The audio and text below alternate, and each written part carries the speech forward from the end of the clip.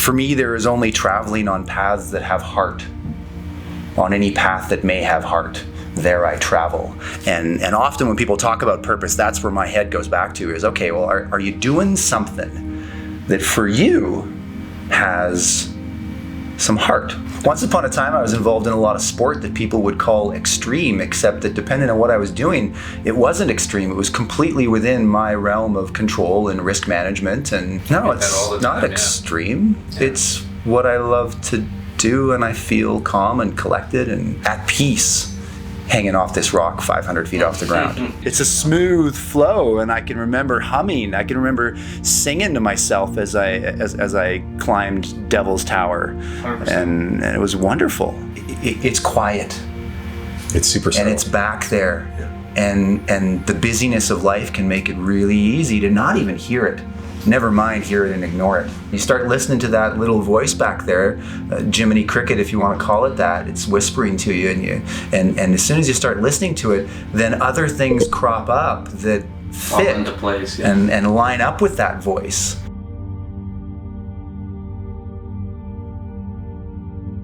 If I follow this and I go down this road, then are people going to keep expecting this of me? Right. This level? Yeah. I can remember sitting at the Olympic Oval listening to, I can't remember her name now, I can't pull it out of my brain, a woman who is an exceptionally talented, accomplished Olympic cyclist in Canada. I gotta find her name.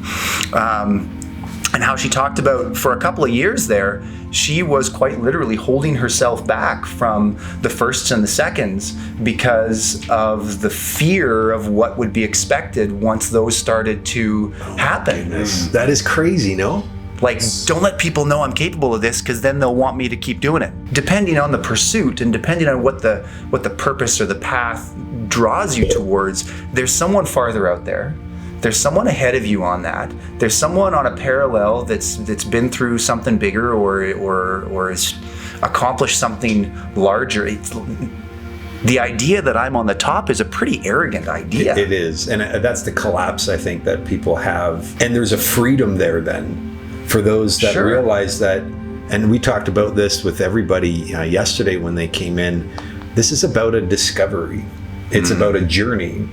It's not a destination. You're not arriving anywhere. No, you're on it for a while, and then it shifts and pivots, and it's now a different journey, a different path, a different direction. It never stops. Which is cool. That's life. Some of the coolest people you ever met are figuring it out. And what's cool is that they're all in wrestling with figuring it out. Yes. That's a really neat part of purpose and meaning is our what's the next thing? Discovery is really cool. 15 years ago, I was working on a Masters of Science in Sports Psych, and I did a lot of workshops with kids and teams in formative years, and a lot of one-on-one work.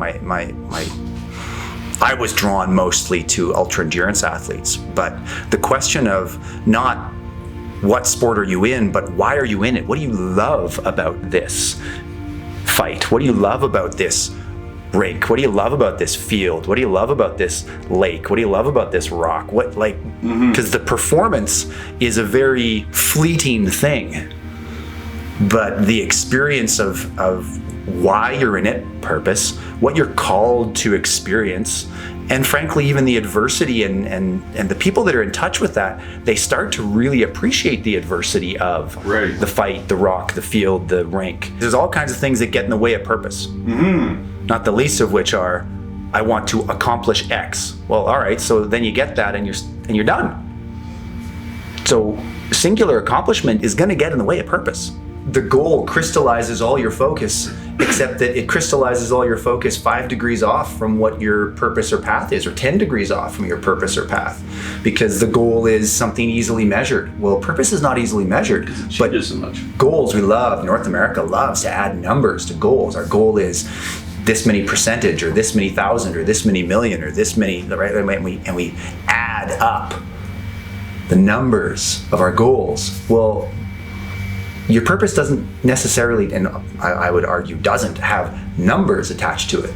It has values and accomplishments, sure, but it has contribution and experience, and it's not measurable in a... It's not a quantifiable way. They're mile markers. You're going on a road trip with your family. The purpose is with your family. There's still mile markers. We're going to make it to Banff. We're going to make it to Golden. We're going to make it to Kelowna. We're going to make it to Vancouver. We're going to stay with our aunt and uncle. Okay, goal, mile marker, mile marker, mile marker. None of those are the purpose. Yeah, you're not heading to Banff and going, okay, we made it, guys. I think there are some themes that occur, and sure, contribution is a theme and connection is a theme, and we are social beings. And I think that there are things that distract us. It's a big part of what I end up working on with clients, be they one-on-one or groups, is this idea of guilt, or this idea of you accomplish it and then can you sustain that?